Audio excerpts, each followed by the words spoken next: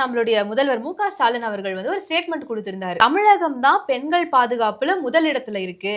ஆமா நீ சொன்ன மாதிரி ஆபாசமா பேசுறது அப்படின்றது அவங்க குடும்பத்துக்கு மட்டும் இல்ல அந்த கட்சிக்குமே உருத்தான ஒரு விஷயம் அப்படின்னு சொல்லலாம். அப்படிப்பட்ட பேச்சா இருக்கும். ஒரு 2-3 எக்ஸாம்பிள் பாத்துருவோமா?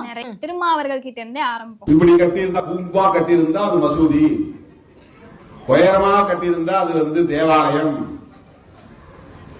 நிறைய அசிங்கமான பொம்மைகள் எல்லாம் இருந்தால் அது கோவில். இது எனக்கு புரியவே இல்லையே. அதாவது இந்து மக்களை மட்டும் குறிப்பாத்து அவங்களுடைய உணர்வுகளை புண்படுத்துற மாதிரி இவர் பேசுறதுக்கான காரணம் என்ன? இப்ப ரீசெண்டா கூட பார்த்தோம்னா இந்த திருப்பரங்குன்றத்துல பார்த்தோம் அப்படின்னா திண்ணூரெல்லாம் வச்சுட்டு தான் பக்திமயமா வெளியே வந்தார். ஆனா போட்டோ எடுக்க போறோம் அப்படின்னா இந்த திண்ணூரெல்லாம் அழிச்சிட்டு எதுவுமே கிடையாதுன்னு சொல்லி அதுக்கு ஒரு கேவலமான ரீசன் வேற எனக்கு வேர்த்துச்சு, அதனால திண்ணூர் அழிஞ்சிருச்சு அப்படின்னாரு. எதுக்கு இந்த டிராமா? திமுக இருக்கக்கூடிய நிறைய நிர்வாகிகள் வந்து இப்படிதான் பண்றாங்க.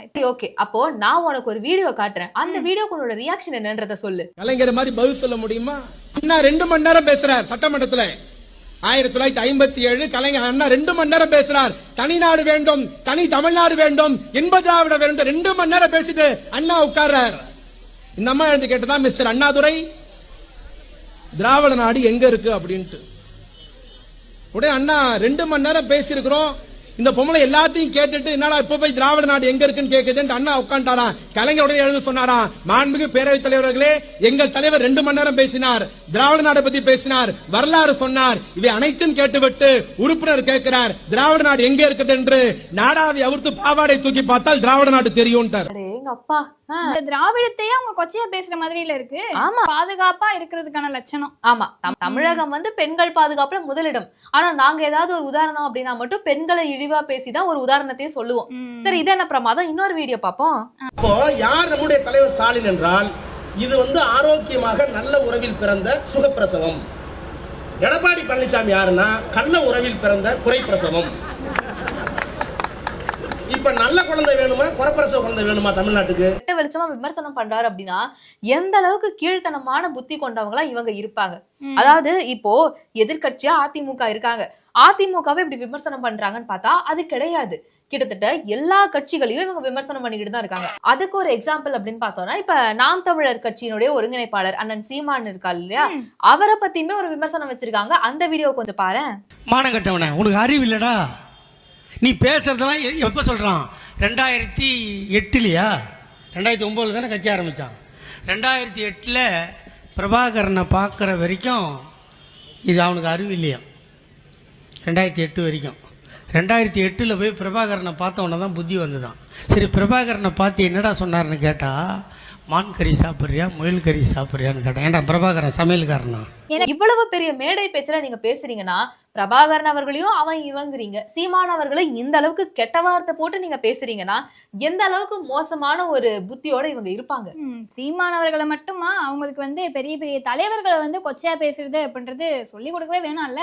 இவங்க எல்லாருமே மக்களை எதிர்த்து எதுவும் பண்ண கிடையாது, இந்து மக்களை எதிர்த்து தான் பண்றாங்க. அதுக்கு இன்னொரு எக்ஸாம்பிள் நான் உனக்கு காட்டட்டுமா? இத கொஞ்சம் பாரு. ஆனால் நீ சொல்லுகிற கடவுள் இந்த கடவுள் என்றால், இதுதான் ஜெய் ஸ்ரீராம் என்றால், இதுதான் பாரத மாதாக்கு ஜி என்றால், அந்த ஜெய் ஸ்ரீராமனையும் பாரத மாதாவையும் ஒருபோதும் நாங்கள் ஏற்றுக்கொள்ள மாட்டோம். தமிழ்நாடு ஏற்றுக்கொள்ளாது. நீ வேணா சொல்லிப்பார், ராமனுக்கு எதிரி. எனக்கு ராமாயணத்தில் நம்பிக்கை இல்ல, ராமன் மீது நம்பிக்கை இல்ல, ஆனால் கதையை சொல்றேன், இதுதான் கம்பராமாயணம். அப்ப 4 பேரா அண்ணன் தம்பி பிறந்து ஒரு குறவரை, ஒரு வேட்டுவரை இன்னொரு சகோதரனாக, ஒரு குரங்கை இன்னொரு சகோதரனாக, இன்னொரு குரங்கை 6வது சகோதரனாக ஏற்றுக்கொண்ட ராமாயணத்துக்கு பேர் தான் மனித நல்லிணக்கம் என்று சொன்னால், நீ சொல்ற ஜெய் ஸ்ரீராம் இடியட். இந்து மக்களை மட்டும் டார்கெட் பண்ணி இப்படி பேசுறாங்கன்னு ஒரு விஷயம் சொன்னேன்ல, அவங்கள மட்டும் டார்கெட் பண்ணி திமுக இருக்கக்கூடிய 2 தலைவர்கள் அதே மாதிரி பேசியிருக்காங்க. யார் யாரு அப்படின்னா, ஒண்ணு வந்து திருமாவர்கள், இன்னொன்னு வந்து பொன்முடி அவர்கள்.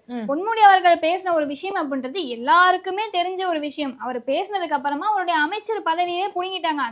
அந்த ஒரு எக்ஸ்பிளனேஷன் நம்ம வார்த்தையால சொல்றதுக்கு வீடியோவாவே போட்டுடலாம்னு நான் நினைக்கிறேன். ஒரு விலை மாதவியின் வீட்டுக்கு ஒருத்தன் போறான். போகும்போது அங்க அந்த அம்மா கேக்குது, நீ பார்த்து நீங்க சைவமா வைணவமா அப்படின்னு கேட்குது.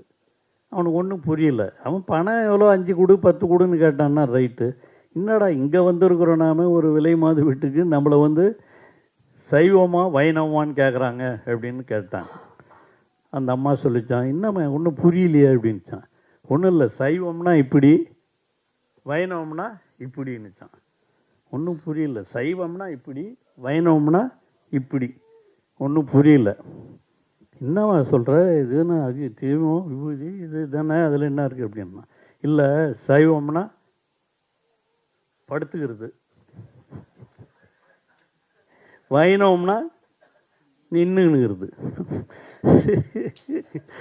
நின்னுங்கன்னா 5 படுத்தா 10 அவர்களும் ஒரு விஷயம் பேசியிருப்பாரு. என்ன அப்படின்னா, இந்த 2 சாமியையும் தப்பா பேசியிருப்பாரு.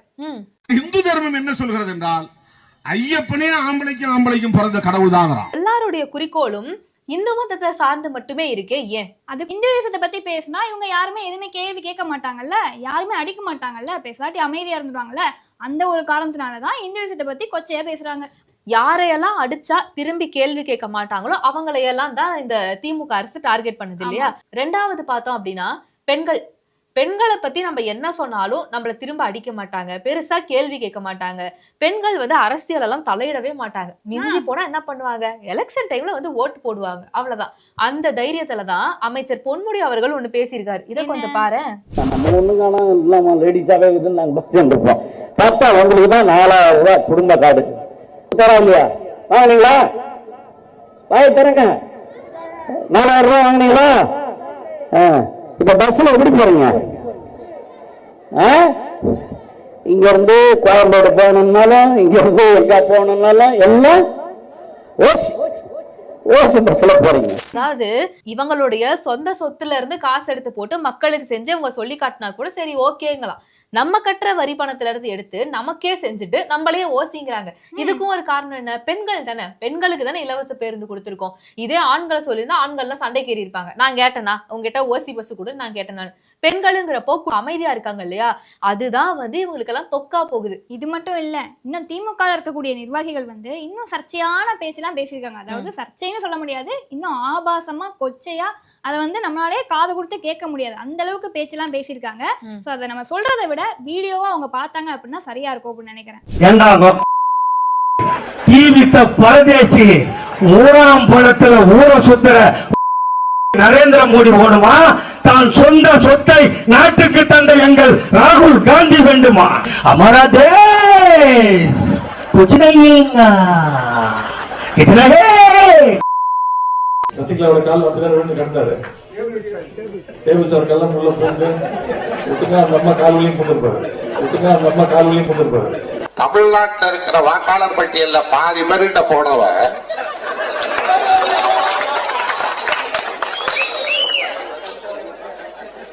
நான் கருணாநிதியை கேட்கிறேங்கிற,